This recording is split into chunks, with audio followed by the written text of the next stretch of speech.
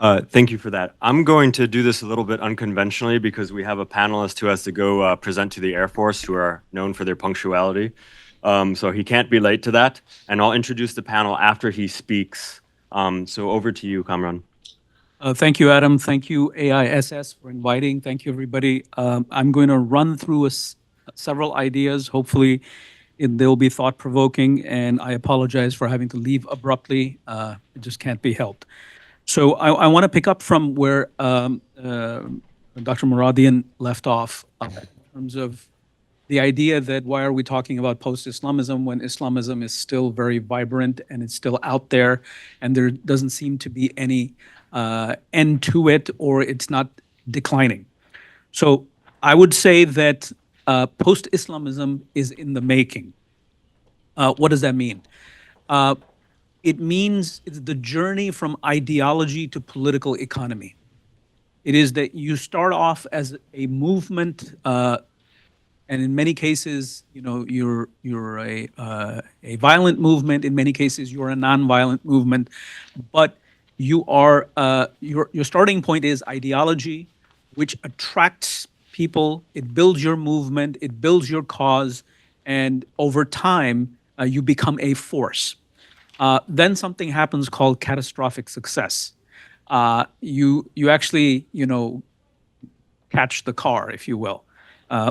So what happens is you get power, and then you're saying, okay, we have spent the last 20 years, here I'm talking about the Taliban, we've spent the last 20 years or so training people in the tradecraft of suicide bombing, roadside IEDs, et cetera, pumping them with ideology and whatnot, doing that conditioning.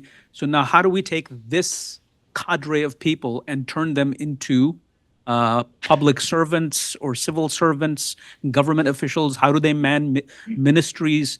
How do they deliver governance? So that becomes the challenge. And I think that's where the post-Islamism, not necessarily, but in the case of Afghanistan and those Islamists who come to power without evolution beyond sort of the, okay, we need an Islamic state, it needs to implement Sharia, and there's the hudud laws, and et cetera, et cetera. If you haven't graduated beyond that and you gain power, then you're struggling on the job. So there's an interesting parallel here. It's geographic, it's ideological, it's sectarian. Just compare the Emirate 2.0 in Afghanistan with its neighbor to the west, the Islamic Republic of Iran. In 2021, gosh, that looks like a long time ago, the Taliban started on a journey that the Iranians have been on for 45 years. And yes, there are differences between, that are sectarian, that are ideological, that are cultural, that have to do with geopolitics. But nonetheless, if we sort of raise altitude and say, okay, both are Islamist projects. So you see that the Taliban are just getting started on a journey that, the Iranians seem to be, don't seem to be, but actually are floundering. So what I'm trying to say is there is no such thing as post-Islamism. There are post-Islamisms. There are as many post-Islamisms as there are Islamisms. And Dr. Muradian, referenced Hamas, Hezbollah. I mean, we can go down the list, from one end of the globe to the other, and you will find different forms of Islamism. The other thing that I want to mention is this journey is not necessary in the sense that it doesn't necessarily happen. It does not happen, at this, definitely doesn't happen at the same pace, and it is not linear. But from Islamism to post-Islamism, the evolution is very relative, and it depends on your starting point. I did my dissertation years ago, and my two case studies, I was trying to look at ideological and behavioral transformation among radical Islamist actors. And I had one case study, which was a group in Egypt called Ad-Dawa Salafiyya, that after the Arab Spring and the overthrow of the Mubarak regime, lined up in front of the Ministry of Interior in Cairo and said, hey guys, can you give us an application, or here's our application, can you give us an approval to launch a political party? And they founded something called Hizb an-Nur, the Party of Light. This was a case of ideological and behavioral transformation, and I tried to study it. And I won't go into the details because I'm running out of time and I need to hit the road. But quickly, so that starting point was you have a social movement that is not violent and is not even political. So Adawa Salafiyya for decades in Egypt, based in Alexandria, shunned politics. So for it to actually, in the wake of the Arab Spring, to say, hey, we're moving away from, what we've done for decades, and we're going to be political, and we're going to be, contest parliamentary elections. So we're conditionally, accepting this democratic electoral process, and we want to compete in it. So that was one kind of evolution, and the starting point is different. My other case study was the Taliban. And the Taliban, if you look at it, starts out as an insurgent movement, very different starting point. And there's also the idea of what kind of geopolitical constraints and latitudes are you faced with as a movement. The Taliban did not undergo much transformation. Yes, there was a talk about, hey, this is 2.0, this is not the same Taliban as in the 90s, they're going to be different. There's that debate that continues and will continue well into the future. But the fact is that the Taliban have not changed much because there was no reason for that. There was no geopolitical compulsion. There was no constraint on them. There were no pressures on them to change. They were not defeated. I won't say they won the war, but they were not defeated. And there's a subtle difference, and we can debate that. So there is no reason for them to sort of think about, okay, I believed in X, Y, Z, but now that I'm in government, or now that, so many years have passed by or decades, that I need to sort of evolve. Evolution happens if you are compelled by geopolitical pressures and or opportunities. The last thing I want to leave you with is this idea of, which is affecting Islamism and post-Islamism. And Afghanistan couldn't be a better case study. And that is the nation state. The nation state in many places, and this isn't just limited to Muslim majority countries, has not really taken off. If you look, I'm going to do I'm going to step away from sort of the Muslim majority context and give you the example of Myanmar. Myanmar has been a military-dominated state, and now it's falling apart.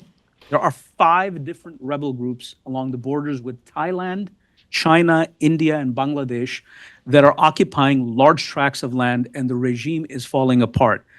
The nation state, there's something about the nation state. Then you go to Africa, you go from Sudan, the Red Sea coast of Africa, all the way to the Atlantic, and you have nation states, just not taking root, not taking shape.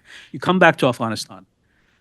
You start from Zahir Shah to Daoud to the PDPA regime, to the Mujahideen, and to the Taliban. And between the Taliban, you have the Islamic Republic of Pakistan, Afghanistan that the United States underwrote for 20 years and spent a wealth of money on it, and it did not survive.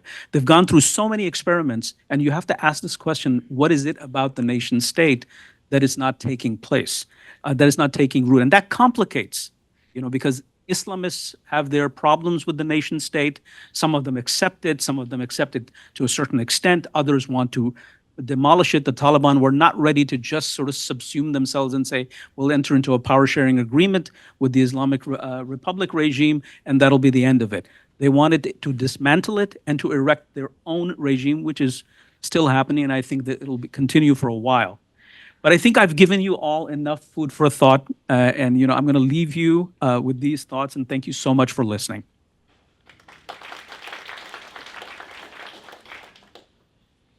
Thank you, Dr. Bokhari. And we started sort of abruptly, so in case you're all wondering more about Dr. Bokhari, he's the Senior Director at Eurasian Security and Prosperity at the New Lines Institute. and he has served as a senior consultant with the World Bank since 2009, and previously was a fellow with the program on extremism at GWU. He's also the author of the book Political Islam in the Age of Democratization, and also one of the best articles on Deobandism, or non-academic articles on Deobandism that I've read, which appeared in New Lines magazine. So anyway, I'm sorry for the unconventional way this panel was introduced, but he was already running late when we started. But I want to thank the Afghan Institute for Strategic Studies and Dr. Meridian for having me and for hosting this panel. And this is, of course, the first panel of the day, which is Post-Islamism, Deconstructing the Latest Neologism. And our panelists, as you've seen with Dr. Bokhari, are going to delve into the historical origins and development of the term within academic and scholarly circles. But I think we'll also talk about its relevance from a policy perspective throughout the day as well. As he was speaking, something stood out to me. He talked about the evolution of post-Islamism depends on the starting point, and I was thinking about the comparison between Iran and the Taliban, and that, unfortunately, even if the Taliban adopted the policies of early revolutionary Iran, that would still be exponentially better than the starting point we're at right now, and yet that's not the case. So I think that was an important point. Maybe to anchor this conversation a little bit, I'm going to start by reading a quote by Asif Bayat about post-Islamism. And he writes, not only a condition, post-Islamism is also a project, a conscious attempt to conceptualize and strategize the rationale and modalities of transcending Islamism in social, political, and intellectual domains. Yet, post-Islamism is neither anti-Islamic, un-Islamic, nor is it secular. Rather, it represents an endeavor to fuse religiosity and rights, faith and freedom, Islam and liberty. So I think while there's different definitions of post-Islamism, I think that quote offers a useful anchor for the term. And with that, since Dr. Bokhari has already spoken, I'm going to turn it over to Dr. Dina Hosni, who is a lecturer at the American University of Cairo in Egypt, with a particular academic focus on post-Islamism and women. Well, I think so we don't delay the day completely, let's try to keep it to 7 to 8 minutes. We were going to do 10 to 15, but to the extent you can be brief, because or else I think we're going to have a domino effect. Okay. All right. I'll try to be as fast. First of all, thank you very much for the invitation. I feel very honored to be here. So I will go to another direction. That what I'll be talking is based on the ethnographic study that I did more than 5 years ago. So I was trying to get into the micropolitics rather than the macropolitics that we read about and we know about when we know about post-Islamism. So here, what I'm saying is that scholars, they have been really writing about the strategic developments from Islamist politics or Islamist movements and groups who were trying to create some attention and toward some political goals that they are heading for. Like, for example, they were hailing the Nahda party in Tunisia and its rise and the efforts toward that, but they have not really captured a broader societal movement that was taking place, that was heading into this, and part of it is greatly have to do with education. So I'm more into the micropolitics that is happening in the world and is growing, and as like I was said in the introduction, that we're having a growing population of Muslims. So we need to know where they are heading.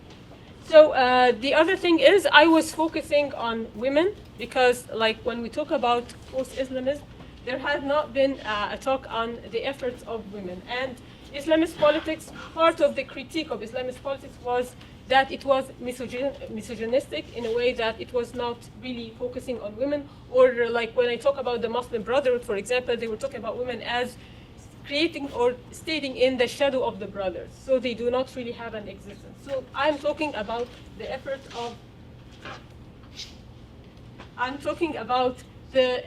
of women, focusing on what they have been doing. So you mentioned Asif Bayat, and yes, like I based my study on Asif Bayat, and this is where I stand from, and I was inspired. Is that better? I was inspired, like when I started my study, on the efforts and the activities of young Muslim women in Egypt who were taking care of mosques, like the picture on the left here. And I was really praising, why are they doing this? Why are they taking care of the mosque, which is should be a public property, as if it was their own private property? And that was quite reminiscent of Tahrir Square and the picture of women cleaning the Tahrir Square, just as if it was their own thing. And I was looking at why these women, what drive these women to do this effort. I doesn't go down, so sorry.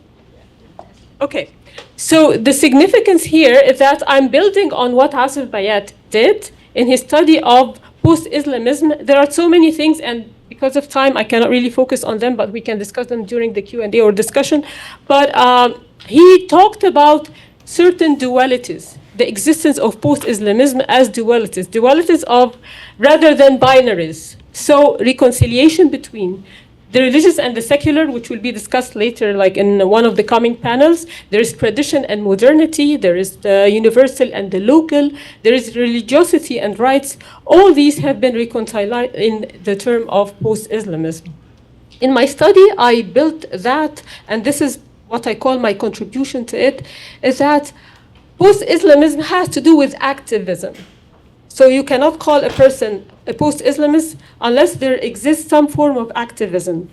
And that's why in my study, but I'll try to avoid it here because of the time thing, I drew my study from the Habermasian notion of the public sphere. I will not use it here in this talk, but this is how I built it, because what I was trying to say was that the post-Islamism is based on the activism of women, and thereby I am categorizing Muslims into three categories: Islamism, post-Islamism, and religious Muslims. So we have three people, and they are involved in some form of religiosity by terms of their attention to dressing, their dressing code, their rituals, and the gender segregation taking place. So this combined these three women in different degrees. But what differs religious Muslims, which I'm trying to avoid because they are not active in the public sphere, from either Islamists and post-Islamists, in the fact that Islamists and post-Islamists, driven by their religious views and the religious conviction, they decided to play a more active role in the public sphere, whether in dawah, charity, or civil society activism. So that's what I'm trying to talk about here. So what I'm saying is that, in the study of post-Islamism, or in the study of post-Islam, it was based, as what has been said in the introduction, on what Islamism entails. There was no clear criteria of what Islamism entails. We don't have a clear-cut definition of Islamism. Though we have Islamisms, but there are. What we understand based on scholars is that when we study Islamism, it's Islamist politics, which means the strategic developments within Islamist movements toward attaining a political goal, or maybe toward attaining a political government if it works. This is the marked feature. This is what we all focus on. But we totally forget about the re-Islamization of the social sphere, the symbols that are used by many Muslims in order to create some kind of presence in the public sphere. So Islamism, unfortunately, as I said, it has been pinned down to the idea of political Islam. But there has no real focus on what people really do on the ground, which is what I have been focusing on. And as I said again, the other thing is that I'm trying to focus on the idea of activism as central to the idea of being a post-Islamist. So it doesn't have to do with your conviction, but it has to do with what you do with your conviction. And that's why activism is central. The idea of categorization is very important. I won't get into this, but it was really hard to recruit people for the study. Who can you define as post-Islamist? And I won't get into this, but what I'm saying is that the idea of categorization, whether post-Islamist or post whatever, it's really hard these days because people are really politically fatigued. They are done with these notions. So in my questions, I will focus on two main questions. The first question is, I'm trying to define what are the worldviews of these women? How do they look at religion? How does religion constitute part of their life? How do they relate to it? How does it act as a critique of Islamist thought from one side? And how do they reconcile the thing that I talked about, including like tradition, like the secular and the sacred, like particularly the sacred and the sacred? And the other question is, how do they see activism? How are they active in the public sphere? How are they different from, as I said, any religious Muslim? Why would I call them post-Islamist? So my participants were mainly like young women between 18 and 29, and that was intentional because they have not been taken by other female duties. So like they were supposed to be active, and they were either ex-Islamists, which means that they were members of some Islamist party or Islamist group, like the Muslim Brotherhood or Salafist group, or they are non-Islamists, which means that by their own conviction, driven by their religiosity, they decided to play a more active role in the public sphere. And they were engaged in dawah, charity, or civil society activism. So I studied seven, to get a more panoramic idea of what it entails, I studied seven entities which relate to dawah, charity, development, and one political party to see how these women were operating. And thereby, I'm sorry, I'm going fast, but please stop me whenever I... So what I was trying to say, or I'd say that briefly, is that, first of all, the idea of conciliation that Asif Bayat and many other scholars were talking about actually is not far from the idea of moderate Islam. So it's very related when you look in the literature. So this is the definition. But the problem is that in Islamism, all Islamist groups, they considered themselves as representing moderate Islam. They represent moderate Islam. Even when you talk to them, they represent what Islam really is. And this is where I'm trying to contribute, that we need to look at the underlying structure. Why is this existing? So for post-Islamists versus Islamists, for post-Islamists, we need to look at what I define as a worldview. This needs a lot of talk, but we don't have time. But I will say briefly that a worldview is your the comprehensive philosophical view of the world that impacts your conduct. So how you look at things. And for any post-Islamist, you consider where you are as a Muslim society, and this is very important. When you talk to any a person in the Muslim Brotherhood, for example, they call it's what is the difference between Jama'ah Muslima and Al-Jama'ah Al-Muslima. So they are the one who represents really Islam. They represent what Islam is. If you want to be a Muslim, you have to join them. This is for Islamists, but for post-Islamists, no. They are one of the Muslim groups. So you can be a good Muslim if you join them. But it's not, you do not depend on them.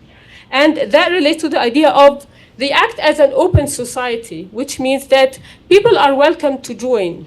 And they can move from one society to another. They can be working in more than one society at the same time. Because the whole intention at the end of the day is that to be good Muslims, to get more affinity to God. That's compared to Islamists, where Islamists, for them, it's an ideology. And again, it needs a lot of talk, but in a word or two, it means that you are visualizing an ideal state, and this is our ideal situation, and this is how you are function. This is how to be a good Muslim, and that's it. And that's why you are the Muslim society. In Arabic, or for the Muslim Brotherhood, for example, they say, هو جماعة به وبغيره وهو بها وليس بغيرها, which means for a person to be the Muslim Brotherhood group depends on you and on others, but you do not exist without it. It means how to be a Muslim. How to be a Muslim is to be part of this This also, like this, of course, affects the way you are part of the group, and it's kind of tribal. If you look into it, and if you look into the literature, you are part of a tribe. That's why your individuality is not that important. Doesn't matter, because you exist as part of a whole group, which matters, which is more important. The idea of a good company in Islam, we have the idea of a good company, and this is very, very like pivotal to the idea. But the understanding of good company is different between a post-Islamist and an Islamist. Because for a post-Islamist, a good company is a group of people who are working together to get closer to God, and while you are trying to better yourself, you better others. For like other Islamist groups, a good company is the idea of brotherhood, which is much stronger than the case of a good company. Again, it's the good company, the only way where you can be a good Muslim. And this, again, impacts the idea of dawah, which is the reason that for post-Islamists or Islamists, all of them, whatever their activity is, they are doing some form of dawah. But dawah for post-Islamists is different in a way that, first of all, it goes both ways. It's bidirectional. So while I'm trying to improve myself as a Muslim, I'm improving others because I don't see myself as representing Islam. That's the case. Another thing, it's more implicit compared to Islamists. For Islamists, dawah is explicit. They have to do it directly because it's based on the religious knowledge that they think that they have. They have very strong idea about their knowledge. And I'll move fast because of time. Okay, so I won't get into this, but because my study was built on the idea of the public sphere, I was trying to show the connection between the mosque and the Tahrir Square. So here I was trying to say that people, first of all, after some time of a long time of distrust between the two, between the mosque and the Tahrir Square, the mosque was inhabited by Islamists, and the Tahrir Square was mainly inhabited by leftists, and they have totally different goals. At some point, no, they reached some sort of an agreement. For post-Islamists, they were able to get together after a long period of mistrust. Of course, this does not exist anymore because we don't have public sphere, so it would get us to the picture. But yes, that was the thing. And again, I'm saying it's they at this point, they felt that they were reconnected to the public sphere by their working together, whether in the mosque or in the square. The two were building into one another. That was not the case before. That is not the case now. So it's a sad situation. I won't get into this, but we can get into the question. So, but again, however important the mosque is, it's not the sole sacred place for them. The mosque is one of the places where they feel they are connected to God, but they are connected to other places. And that's why I'm saying that post-Islamism, based on my study, is not entirely connected to the idea of doing religious activity. But it had to do with your conviction. So out of your religious conviction, you are involved in different kinds of activity, whether as a good Muslim or as a good citizen. It's not necessarily acting as a good Muslim, but it's based on your religiosity. So while people are either acting as good Muslims or good citizens, they, I'm saying, based on what I've studied through the last years, I saw that charity was the most salient activity that they were engrossed in. First of all, charity is an activity that is religiously satisfying to anyone. You feel that you're doing a good job when you are performing some form of charity. And charity is the only open space that is allowed anyone talking about the situation in Egypt. So it would be hard to get involved in other type of activity, but not charity. However, while they are all doing charity, charity is done in different ways. So for those who are doing out of acting as good Muslims, they do charity to Muslims. So the audience are different. They do charity at certain times of the year. So they would mostly do it during the month of Ramadan. They do charity while saying that we're doing it to garner thawab, because they are doing it for religious reasons. For the others, while doing acting as good citizens, they do charity, they try to avoid, and that's the secular orientation. So they try to avoid doing it during religious times because they don't want to be connected with it. They target Muslims and non-Muslims as recipients of their charity activities, and while they do not say it out loud to people that they are doing it for religious reasons, deep down they say, but we are hoping that God gets us the reward for doing this kind of activity. The other thing, because I'm working on women, but I won't get into this, there was a difference between how they see their rights as women. And I can get into that during the Q&A because of time, the gender complementarity versus gender justice. They don't see themselves as equal to men, but they see themselves differently, comparing those who are acting as good Muslims or as good citizens. The dressing and the nature of dressing and gender mixing also differentiates between those who work as good Muslims and those who want to work as good citizens. This is a long one, but I wanted just to show she's an ex-Muslim Brotherhood member. And I wanted to show how those people who I call now post-Islamists, they are trying to reconcile the secular and the religious. So what I want to say very briefly is that the secular and the religious, they are distinct, but they need to be reconciled. For Islamists, they are blurred. They do not really know how to differentiate between the two. I hope I had time to read and to explain this, but we can get into this whenever we have time.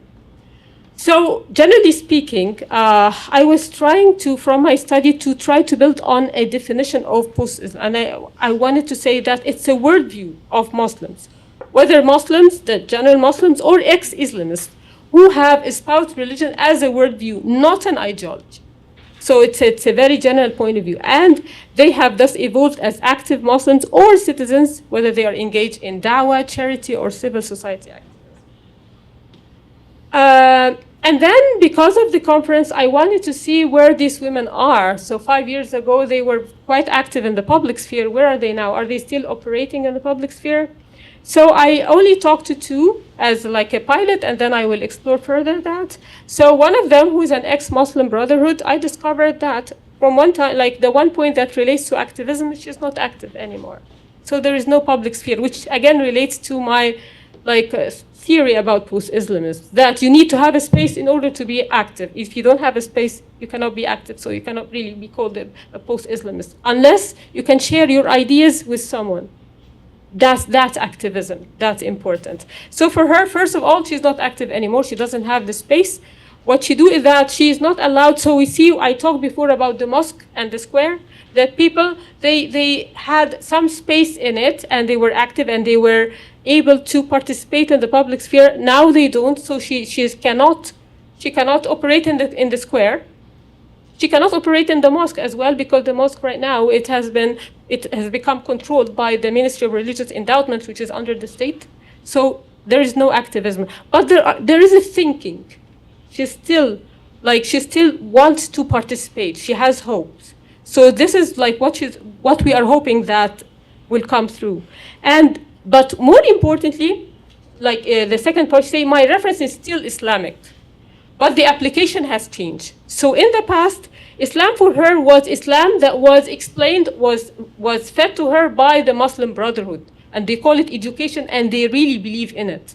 But now she can filter. She can tell whether this is the Islam she can follow or not. So her ideas have really developed. That's what I want to say. I talked to another woman, and unfortunately she has another baby, so she stopped her activism. The good thing is that this other woman is not related to any of the Islamist movements, so they can be more active in the public sphere compared to people who were part of Islamist groups. And while she was really talking about why she's sad about not being able to participate anymore because of her duties as a mother, as a new mother, she was referring to one of her students, former students in one of those entities, not in this study, but other entities. And she's saying that this other student, her student, has become actually a teacher in the same entity. So what I'm saying, that we are hoping that this is not ending for women It's not ending. These generations are feeding one another. Now the student, she is learning and she is teaching others and she is involved in other types of activity. So what I want to say is that there is post-Islamism or post-Islamisms. They are still in the ground, but they are really under the ground.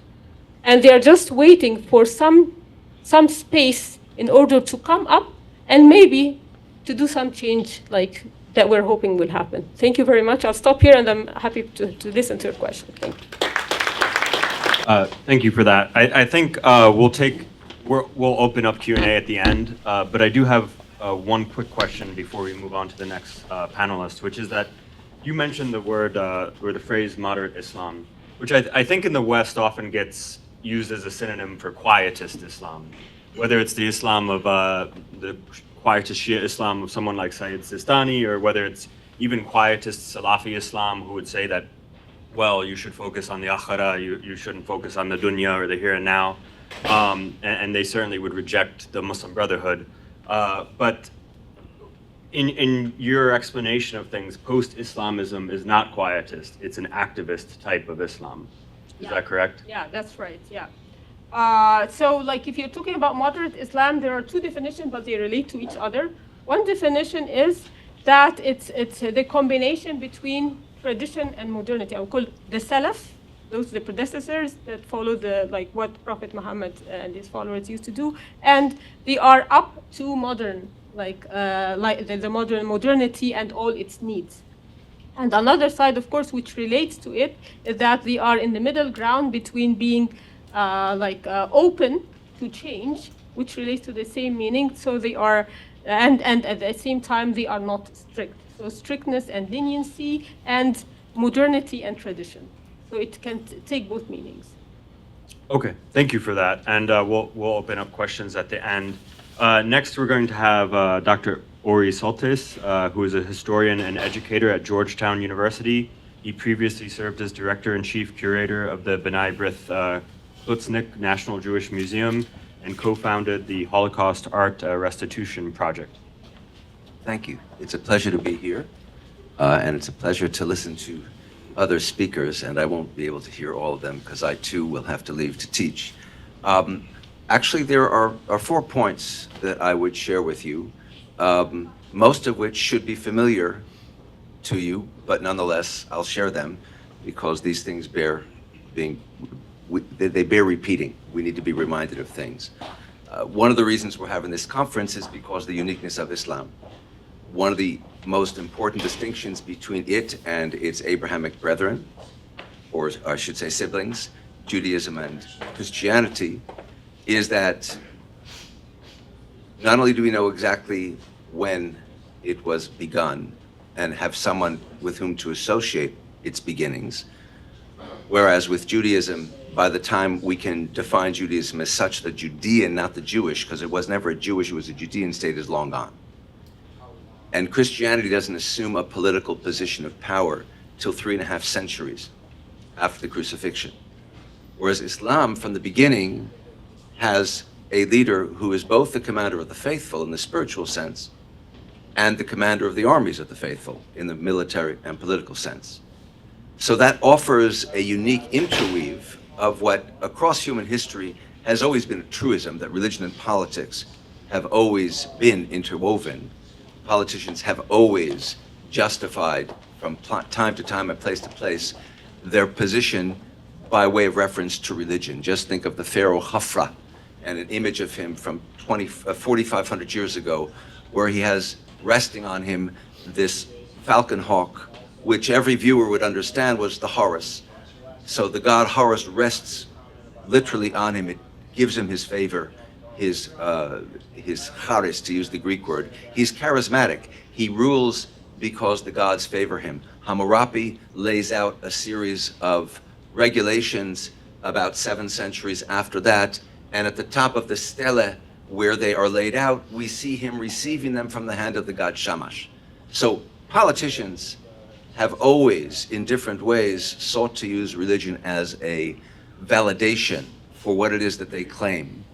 But in terms of the shaping of the Abrahamic traditions, Islam is unique in that Muhammad is both a politician, a military leader on the one hand, and a spiritual leader receiving revelation on the other hand. Second point. So Islam then comes, of course, into contact and ultimately conflict, most obviously with Christianity, because Christianity has achieved political success, whereby it is in control of lives of all of those across Europe, down through the Iberian Peninsula and over, of course, to the Middle East, and at all touch points from the Middle East to Sicily and southern Italy to the Iberian Peninsula. Between the 8th and the 10th centuries, there is contact and conflict, culminating on the one hand at one end of this world with the Reconquista that begins in the middle of the 11th century and doesn't complete itself until 1492 January. And on the other hand, at the other end of the peninsula, of course, the Crusades that begin in 1096 and in a certain sense peter out by the end of the 13th century. The last Crusaders leave Akko in 1291, but in other senses still goes on, arguably right up to the 20th century with World War I, but that's another story. My point is that Christian Europe's response to this phenomenon that presents an alternative to its view of religious propriety. Judaism offers an alternative, but Judaism is by then a scattered diaspora of minority communities, so does not pose the same kind of threat. It does, but a different kind of threat, and is handled differently from how Islam will be handled by Christendom. If we fast forward to the post-Crusades that we call the colonial period, and we look at the handling of Islam, and I'm speaking strictly of terminology here, of words, in the 19th and 20th centuries, we notice, for example, that the word that is often used is not Islam at all, it's Mohammedanism, which should remind us how little the users of that term in its various European language forms understands Islam. Because the problem with that term is that it can and tends to imply that the position of Muhammad to Islam is analogous to the position of Christ to Christianity. And of course it's not. Emphatically it's not. But the word Islamism, oddly enough, also makes its appearance as early as 1696, 300 years before Bayat coins the phrase Post-Islamism. And it's used again in documents in 1712, as late as 1891, as a synonym for Islam.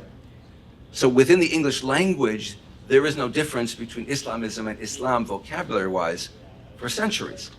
And the term, I think somewhat ironically, kind of goes into eclipse after World War I. And I say ironically because the way in which later on we will use that term will apply to a group like the Muslim Brotherhood that is born in the 20s in Egypt after World War I, but the term doesn't yet exist in English.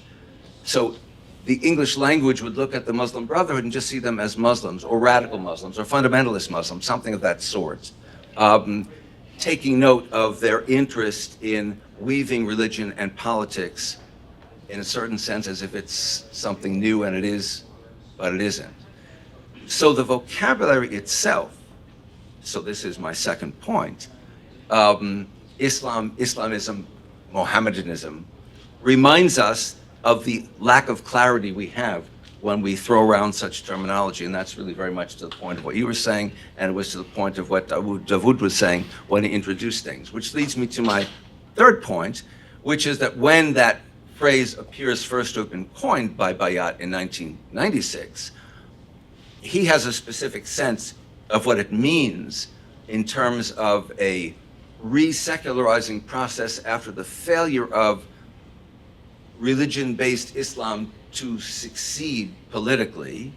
But then the term gets used by other people. It gets used by Olivier Roy, it gets used by Olivier Carré, for example, who isn't even talking about modernity. He's talking about that concept in the post-Abbasid era, between the end of the 10th and the end of the 19th century, but to mean the same sort of thing, a failure of political success based on religious convictions, and therefore the notion of turning in a more secular direction. And that's kind of what we get with a number of users of the term, That's not where you get with Mustafa Akyol, where it's more a pushback against these failures. So that the term Islamism itself, the term post-Islamism itself, and perhaps is inspired by the term in art history, postmodernism, or the term that became current certainly by the 1960s, although conceptually by the 1860s and 70s, of post-Christianity. And one of the things one noticed about the post-Christians in the late 19th century is that they have reshaped, but they're still Christian. Their post-Christianity hasn't made them, for example, more tolerant of, much less embracing of non-Christians. It's just that they're not so sure about the God question and whether that's where we should be directing ourselves. Shall I say, it's a complex world. So when the term post-Islamism is born, not surprisingly, because Islamism itself is not a simple term, it acquires a certain nuance, as Islamism acquired a certain nuance, or I should say reacquired, when the Ayatollah Khomeini took power in Iran and created the Islamic Republic. That's where you start to see the vocabulary reintroduce Islamism as an idea that implies extremism, that implies fundamentalism, and ultimately seems to imply terrorism as well. So physical and not just conceptual and ideological extremism. That becomes a popular term against which we then have to place the phrase post-Islamism coming to birth 17 or 18 centuries, years later, in the wake of the death of the Ayatollah Khomeini. And Bayat is looking at Iran and saying and seeing, well, it didn't succeed, his model didn't succeed. It didn't go where it was supposed to go. Once he's gone, there is a turn toward a more secularistic Iran, a less religiously extremist Iran, and so it would seem. Which of course brings me to my fourth point, which is to reiterate what you said, but from a different angle, and that is to speak of our being in a post-Islamist world seems absurd. To look at Iran and say, well, it's become a secular state, obviously is not correct. The Taliban, to whatever extent it went into eclipse, returned from the eclipse, and as my colleague Kamran Bokhari, who had to leave, pointed out, it hasn't significantly changed since it was first in power. And we can look elsewhere and see the presence, if what we mean by Islamism, if what we mean after 1979 is an extremist, fundamentalist, and probably violent, terroristically inclined idea, it's very much alive, and it's not just Hamas and Hezbollah, it's not just their patron, Iran, but we can look, obviously, at ISIS, which the United States helped create, or I should say, actually, no, we created it. We've never taken responsibility for that. But what we did in Iraq in 2003, for reasons beyond this discussion, very much facilitated the shaping of this organization, which of course we defeated, we destroyed, mission accomplished, indeed, except it's still running around. We can look in more apparently state and moderate places, and it's the last place I'll look, for example, to Turkey. And in Turkey, we have a government that, following the democratic model that was in theory put in place by Ataturk in 1922, but which had consistent issues over the course of the decades, until it achieved a certain stability under its current ruler. That ruler clearly turned away from democracy. In fact, he made a comment that that's a train you have to know when it's time to get off that train. And by 2011, it's very clear that Mr. Erdogan no longer had in mind to maintain, much less restore, what we might call Turkish democracy, culminating with the crescendo in the fake coup that he engineered in July of 2016, and at that time and in its aftermath, promoted the fiction, analogous to the fiction that was promoted by Adolf Hitler in February of 1933, that the communists and the Jews had burned the Reichstag, promoted a fiction that a particular organization of Turks, by then found all over the world, had tried to commit a coup and that he heroically managed to resist it. If there's one thing the Turks know how to do besides food, it's coups, because they do one every 10 years. And you don't do it in the middle of rush hour. And you don't do it without rounding up the people you're supposed to round up, just for the tip of the iceberg of why that supposition is such a false one.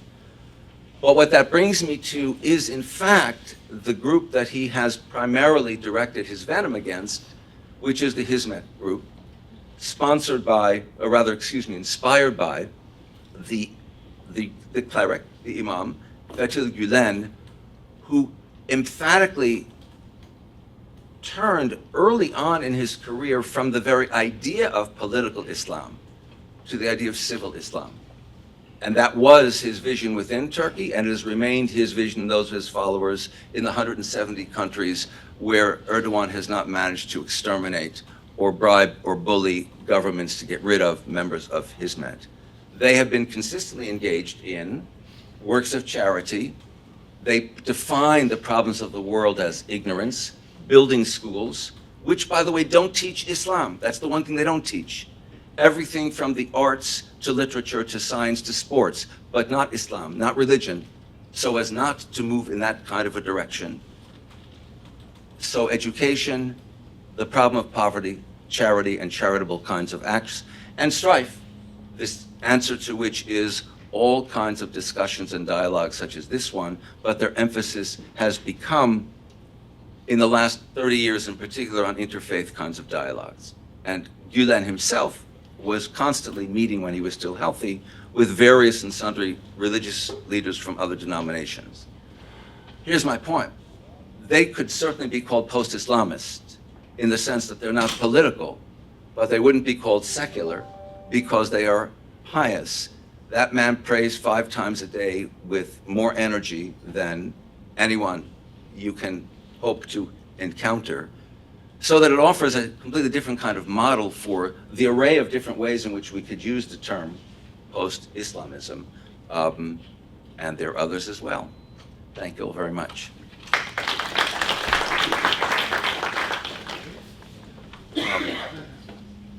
Thank you for that. It's more of a comment than a question, but I was thinking about your example of Fethullah Gulen, and of course he was influenced by Bediüzzaman Said Nursi. Absolutely, yeah. Tried to, I guess you could call him a post-Islamist in some sense, because he tried to make science and Islam compatible in ways Yes. that hadn't been done before. And it just strikes me that whether we're talking about Islamism or post-Islamism, it's going to be influenced by the culture it's existing within, and even the syncretic nature of things. Of course, the Taliban's version of Islam is mixed up with various Exactly. Pashtun ideas. One of my comments to the Hizmet people, when I was asked a couple of times, going back a number of years, what do you see, what's wrong? I said, well, what I find most interesting is, or what problematic is, the men are in the living room having the sohbets, and the women are in the kitchen preparing meals.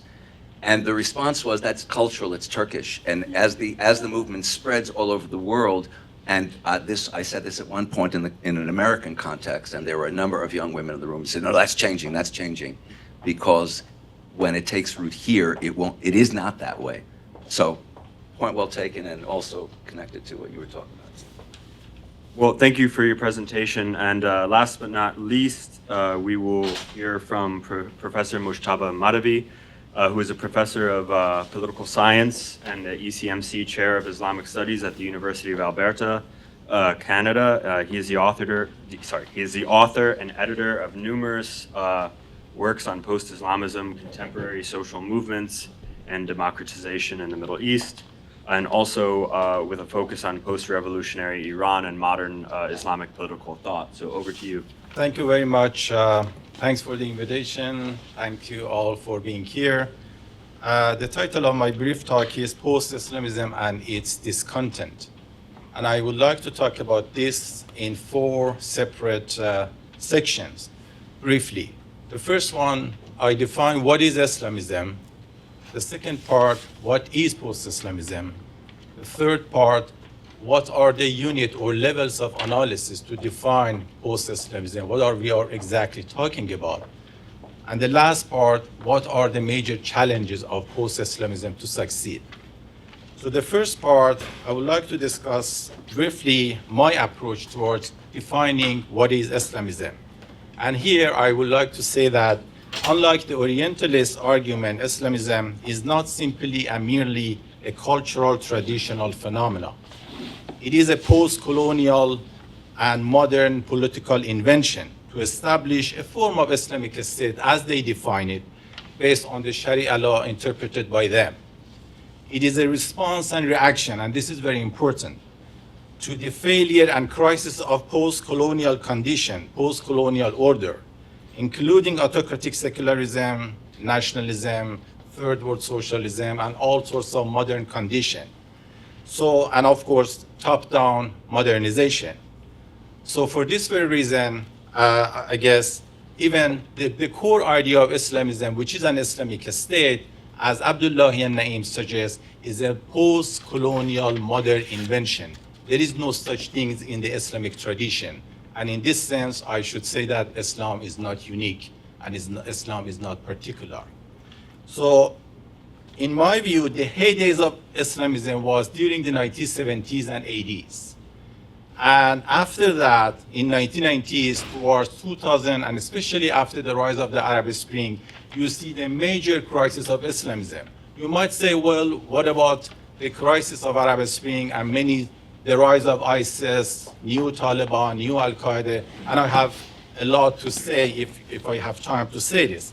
So it is in this context that we see the rise of post-Islamism. And here I would like to borrow my colleagues Asif Bayat's concept of conceptualizing post-Islamism both as a project and condition. As a project, basically it goes beyond all false dichotomies of faith and freedom, reason and religion, local and global, sacred and secular, tradition and modernity, and try actually to reconcile them. As a condition, it was a response to the internal, like a serious internal crisis of Islamism, and more importantly, to the societal pressure from the Muslim community itself, from Muslim society, and that's why you have the rise of post-Islamism as a discourse and condition. So in this sense, I would say post-Islamism, if Islamic State is the defining feature of Islamism, post-Islamism suggests that Islamic state is a secular entity, and there is no such thing as an Islamic state. However, in my view, post-Islamists are not trying to privatize religion. They very much appreciate public religion, and it's okay. Actually, it's okay to have an active and positive role of public religion at the societal level, civil society organization, NGOs, and even at the party politics. But when it comes to the state, God doesn't actually give you legitimacy. It's the people. It's a social contract. So in this sense, we have to, this would be a very minimalist definition of post-Islamism, that a state is a secular entity and it's not sacred. So then, if that's the minimum definition, here I would like to talk about levels of analysis of post-Islamism, or unit of analysis. What are we exactly talking about? What are the examples of this post-Islamism? I would say at the party politics and political parties, there are numerous examples of post-Islamism. From Hizbun Nahza in Tunisia, which is the greatest example of post-Islamist, party, Justice and Development Party of Turkey with all the problems it has, and Justice Development Party of Morocco, Hizbul Wasat, the Center Party of Egypt, Imran Khan's Tehrik and Insaf movement, many reformist political parties in Iran, civil Islam in Indonesia. There are many, many great examples of post-Islamist party politics and political parties. So we are not talking about something hypothetical, it's already there. At the intellectual level of analysis, there are many Muslim reformists. You could actually put them in the larger context of post-Islamism, not necessarily being Islamist and become post-Islamist, but never Islamist, post-Islamist, who actually could be actually characterized as post-Islamist intellectual. At the state level, until the soft coup of Qais Said in Tunisia. I think Tunisia was a good example of post-Islamist state under Hizb al-Nahda and the coalition of political party.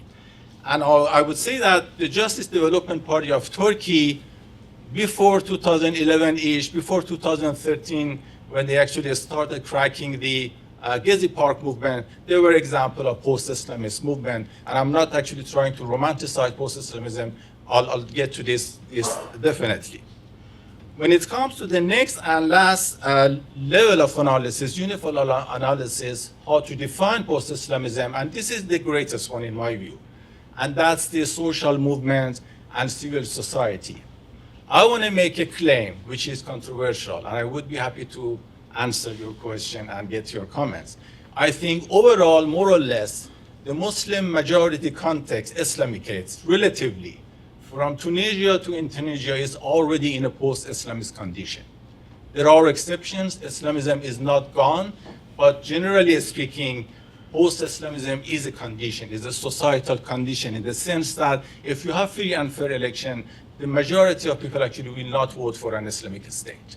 And the great example of post-Islamist social movement is 2009 Green Movement in Iran, which preceded the Arab Spring. The most recent example of women life freedom movement in Iran, which is the rare, the most friendly, women-friendly social movement in the whole Muslim world, actually, which is quite a phenomenon, feminist and feminine, actually, social movement, mass movement in Iran. The whole Arab Spring, in many, many ways, actually explain how post-Islamist condition is very important. If you look at the slogans of the Arab Spring, were freedom, social justice, human dignity. There was no single slogan to support Islamic State. So we are talking about social condition. The Gezi Park movement in Turkey is a better example of Turkish post-Islamism than Justice and Development Party of Erdogan. And there are many, of course, new waves of social movement in the of course, in the Middle East and North Africa, and even the resistance movement of Ahmad Massoud and his son in Afghanistan actually is a clear example of post-Islamist movement and condition.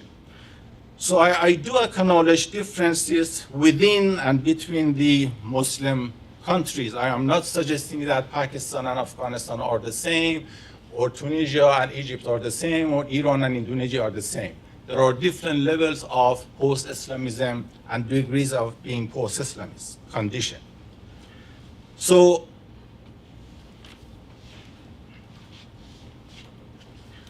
there are many political, economic, and local, regional, global factors which explains the crisis of post-Islamist condition. And I would be more than happy actually to explain it, which each case should be, of course, explained individually.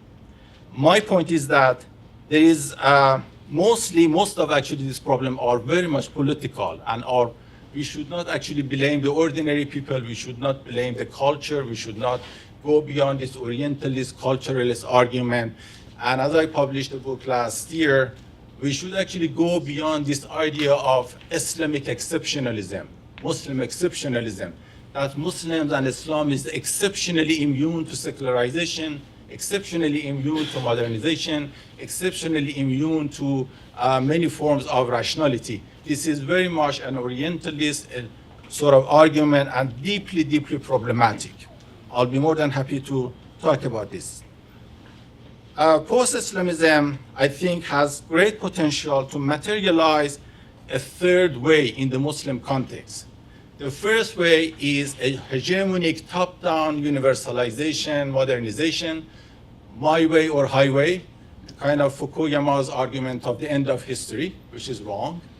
The second approach is a very particularist, nativist, Samuel Huntington clash of civilization, exceptionalism, which is equally problematic and wrong.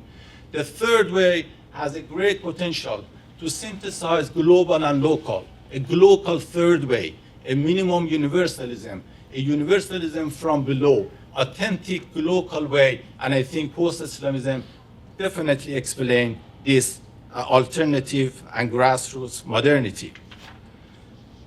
Because of the time, I'll get into the fourth and the final part of my talk, and that's the challenges of post-Islamism. But before that, let me say 2 quick points. As it was mentioned that like Islamism, there are post-Islamisms, plural. And some are conservative, some more liberal, some even actually more progressive and left-leaning. But generally speaking, if you look at post-Islamism as it is, or as they are, culturally, socially, many of them are conservative, economically are neoliberal, unfortunately, and politically more or less Democrats, if you have a very broad definition of democracy. Then here I would like to say that I do not want to romanticize post-Islamism or give you a very rosy picture of post-Islamism. Post-Islamism has its own limits, and of course, actually it faces several limits and obstacles in the current conditions in the world we are living. And I would like to mention 4 major challenges of post-Islamism. The very first one is come from within, and that's authoritarianism. Turkey's Erdogan's, I guess, iron fist, which actually was definitely a setback to post-Islamism, especially from 2011, 2013 onwards. And there are many other examples. The second major challenge is where some of the liberal and the leftist and the secular folks within the Muslim world think that wrongfully that they can save their country and challenge Islamism by appealing to army or a kind of autocratic secular modernization. And this is exactly, unfortunately, what happened in Egypt.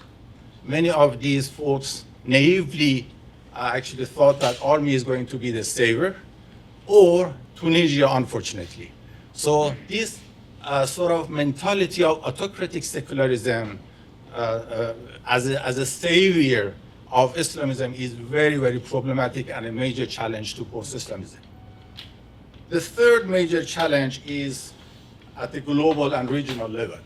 War, military intervention, occupation, economic sanctions, anything happening in the context of the global war, which in my view was global war of terror, not on terror. Take the case of Afghanistan, spending billions of dollars just to replace the Taliban with the Taliban. Quite an accomplishment. Or even economic sanction, genocide of Palestinian by Israeli army today. I don't think any of this actually going to help the rise of post-Islamism. It actually will radicalize the Muslim population. So you really need to talk about global issues and regional issues. War, any form of war, intervention, occupation is our serious, serious challenge to the post-Islamist success. And the fourth one, in my view, is that sometimes you see some of these post-Islamists become too liberal in the sense that they simply ignore the very important factor of social justice. If you don't really care about social justice and the life of ordinary people, middle class, working class, you know what is going to happen. There are many serious right-wing demagogue populists are going to take advantage of a huge gap between poor and rich. And this is exactly what happened in Tunisia, unfortunately. So social justice in the Muslim world, in global South, and I would say everywhere. Look at US politics. Look at post-industrial, I guess, sort of modern countries from UK to United States. You see the rise of right-wing populism is a response and reaction to the failure of liberal and neoliberal policies and ignoring the ordinary people, ignoring the question of social justice and equality. So post-Islamists should really, really learn a lesson that never, ever abandon your social base, which is ordinary people, working class, lower middle class poor. If you do this, you are going to actually pay the price. So in short, I would say neoliberalism is a major problem for the success of post-Islamism in the whole Muslim world. Thank you very much. Thank you for your presentation. Two quick comments that stood out to me. I hadn't thought about Imran Khan as a post-Islamist, but he did have that concept of Riyasat-e-Medina, which he used basically to promote some secular ideals or religious ideals. And of course, his critics accuse him of being an extremist, but I actually think post-Islamist or form of post-Islamist might be a more accurate label. And then your point about Islam not being exceptional, I think is so important, and especially the inverse of that is also true, that Judaism and Christianity is not exceptionally compatible with secularism, as we've seen this messianic kind of political ideology take hold with extremely violent consequences that are happening right now. So thank you for that point. How long do we have? I know we're over. How long do we have for Q&A? Okay, well, you've heard enough from me. Anyone who has questions, please pose them. And please direct to which panelist, or if it's the entire panel, that your question is posed. I think that we've seen the rise of Islamism in the West. As migration has come. I mean, the president, I think it was the president of the UAE, had said something a few years ago, warning about the rise of radicalization in the West among Muslims. How can post-Islamism work to de-radicalize or prevent radicalization, which even people in the historically Islamic world have been warning against? Anyone want to go first? This isn't an answer, because I'm not sure that there is one.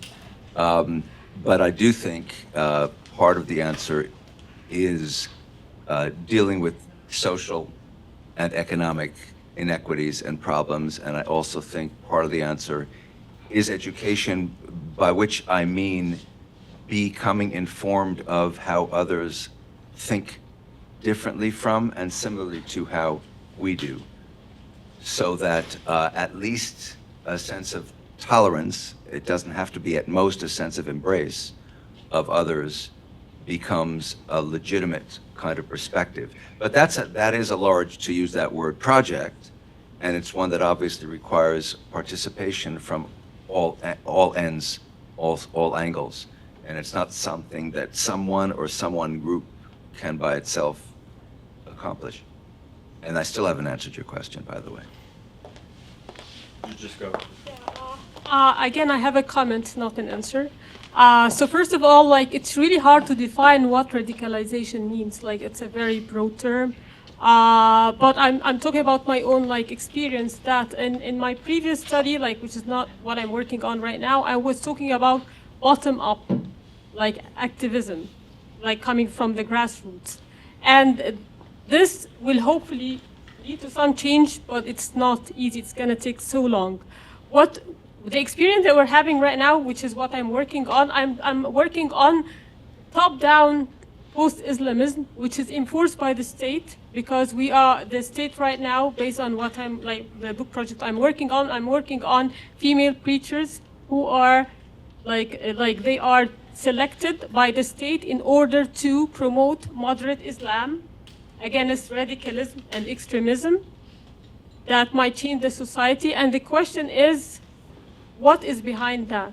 So it's really important to know who is defining radicalization in order to answer how it's going to be really de-radicalized. So, yeah. I can say 2 quick points if that's okay. I think many of the so-called radicals in the West actually are coming from the white supremacists. And Islamists actually are in minority. If you look at all the data we have, that's the #1 challenge, and we should address this. We should not be actually hiding this.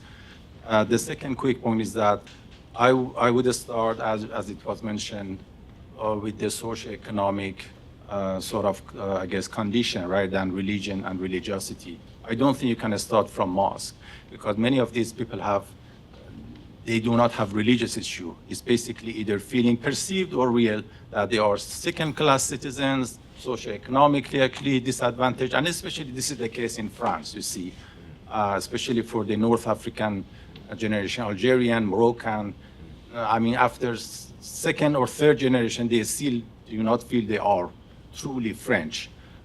So these are really, really important to contextualize the sense of actually the lack of belongingness and feeling a second-class citizen. My 2 cents.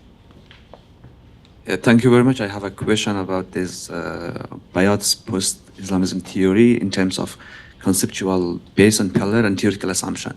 So I'm not talking about the first pillar, which is the project, and the second one, which is social condition. So it seems that there is a social change or shift through social condition. But to me, it seems that social condition, for example, economic growth or diversity or inclusion, anything like that, it's much more like challenge to Islamism rather than shift from Islamism to post-Islamism. So if that is the case, then basically we are dealing with the kinds of epistemic fallacy when it comes to talk about post-Islamism, because it indicates that we're transforming from Islamism to post-Islamism. But in reality, it's much more like social and political challenge to them once they come to power. So how then we can conceptualize that something that's not related to them, is something that's not indicating a change from Islamism, that while in Islamism toward much more peaceful inclusion, but still religious, and thinking about diversity, inclusion, things like that. So do you think the second pillar of the theory, which is the condition, does indicate kinds of epistemic fallacy when it comes to theorization of post-Islamism, things like that? Thank you very much. Thank you very much. This is a very good question, difficult question. I think you are right, actually. The main social base of Islam is middle class poor, as some of the middle classes actually were disappointed by Islamists in the 80s-ish because they could not deliver their promises, especially in the socio-economic context. And then after that, we entered into an era of post-Islamism, which means that Islamism is not over, but is no longer the dominant social condition because Islamists actually lost a good chunk of their social base. But your question is that given the current condition of socio-economic problems we are facing, how do we explain the success of post-Islamism or the rise of post-Islamism and sort of like an epistemological flaw, you say? I don't really see a big problem here in terms of transformation because as I briefly mentioned to you, unfortunately, some of the post-Islamists also actually following the same economic policy of non-post-Islamists, Islamists, and even the seculars in the context of global neoliberal order. Some of them, they talk about Islamic economy, but when you actually study what they really say, it's not. I mean, it's basically a neoliberal discourse with some, I guess, words and concepts from Islam and here and there. I don't think we have seen a real paradigmatic shift in terms of socio-economic condition, and that's why we see the crisis of post-Islamist context. But in terms of social conditions, I don't see any contradiction. I think it's passed from Islamism, but it doesn't mean it guarantees post-Islamism, because if post-Islamism keep repeating the same mistakes, they're going to actually fall into the same sort of, and people's social bases do not, I mean, they might actually leave post-Islamist group and go actually support another group in the future. That's my brief question. I hope I answered your question. I might add a little bit to it, like following on with this, with Bayat's theory, that when he was explaining that, he referred to historical continuity versus historical change. So it's not a cut in history and where you see something different. As we were told here, he explained in his explanation of post-Marxism or the isms in general, they are built on the shoulders of what they are explaining. So they go within the same, the same direction, and they kind of follow or unfollow what has been followed. So you should not really see much change in it, and this is what's really happening. Thank you very much. My name is Koshan, and I have two-part question. The first one, we talked about the challenges of the post-Islamism. I'm interested to know if there is any merits to this idea that we talked about. And the second part, as we explored the idea, for me, it looks like it is a transition degree, and this degree varies from country to country and society to society. Being a Western term, typically in those societies, there is no post-Islamism. This one Islam has been, is, and will be one, and they're trying to promote that one to the mostly to Islamization. And this is the effort, whether it's radical or traditional. But in the context of Afghanistan, I don't know exactly which degree they are, but how can we accelerate that process so that we arrive to this post and then we have this conversation or this typically in Afghanistan. So how can we accelerate, especially for the scholarly community and the civil society? I'm sure it's not possible among the others. Thank you. My question was for Dr. Bokhari, but unfortunately he's not there, but feel free, anybody who can address. Thank you. You go first. I'll follow you. Maybe. It's a hard job. So, I'm not sure about the first question, the challenges, the four major challenges I mentioned. So the question was that, is there any merit to this? I think problematizing the challenges is very important, not to repeat them, not to actually follow them, so identify the problem. If you want to see a success of post-Islamism, you should be Democrats, number one. If you want to keep the success of post-Islamism, don't never actually trust military or any form of autocratic secularization in order to save you from Islamism. That's very wrong. If you want to see the success of post-Islamism, never directly or indirectly support war, occupation, even economic sanctions. Sometimes they call it a smart, which is absolutely stupid, as economic sanction, because it kills the middle class. If you want to see authentic rise of post-Islamism, don't kill the engines of democratization in the Muslim world, which is ordinary people, which is middle class, which is working class. And economic sanctions hurt. It hurts the regime, but hurts more actually the actual people. These are absolutely wrong, stupid sort of policies. If you want to see the success of post-Islamism, never ever forget the value of social justice. Don't abandon your social forces, which is working class, middle class, poor. And you really, really need to do this. I guess that's my quick points. With respect to the Afghanistan, I mean, the same story is true. Never ask for foreign intervention. I think, and of course, the regional and external power should stop supporting these radical Islamists. I mean, usually they don't listen to me.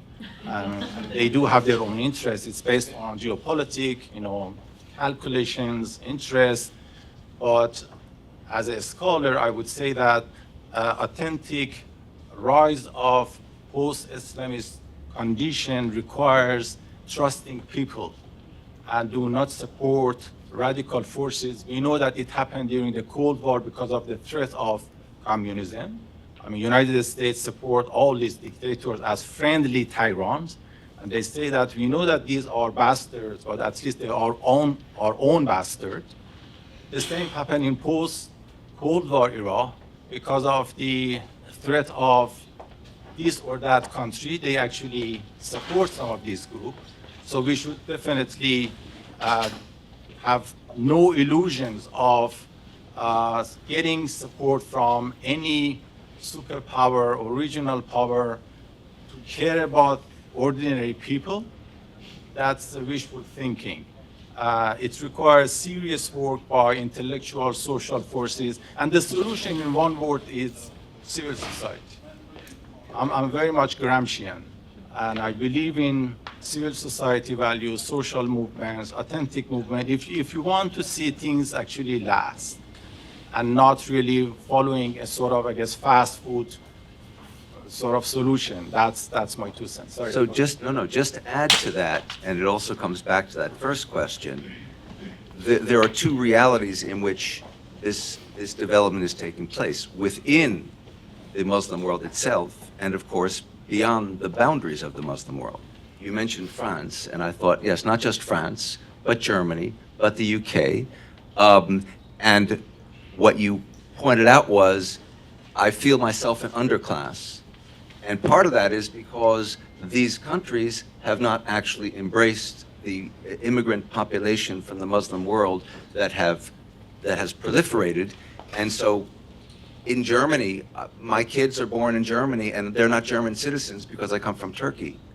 And I don't think it's accidental that Mr. Erdogan before the last elections went through went through Germany because he expected a lot of ballots coming from that country, which is to say he's very much involved in what's happening there. But more to the point, whether it's Islamist or post-Islamist or whoever it is, it's not just within Afghanistan or in Iran, but elsewhere. And there's a very thin line between someone like me, who am not Muslim, who doesn't live in that world, who's living here in Washington, D.C., in the United States of America, making the comments that I make, thinking the things that I think, proposing what I propose. I'm not on the front lines.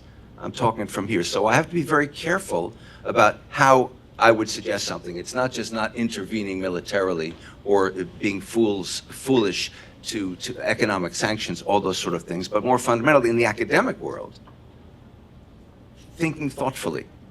I mean, I have a gripe with my own State Department in that I don't see that it has made a right decision in 40 years in the region of the Middle East. And I know I have friends within the State Department, and I'm astonished. I'm astonished at what they seem not to know about that world. So it also comes back to that specific kind of education. The people who are supposed to, or tasked with dealing with that reality, need to know about it in a way that not all of them seem to. Thank you for that. I can see our host looking at her watch. By the way, I'm going to take moderator's privilege and just add one point to what you said, Dr. Mahdavi, which is that not only do sanctions hurt the middle class, they actually give the most nefarious actors in a regime a monopoly on the economy. And that's just my 2 cents. But with that, we have to close the session. Thank you for your questions. Thank you for enlightening us, and I'll pass it back to our host.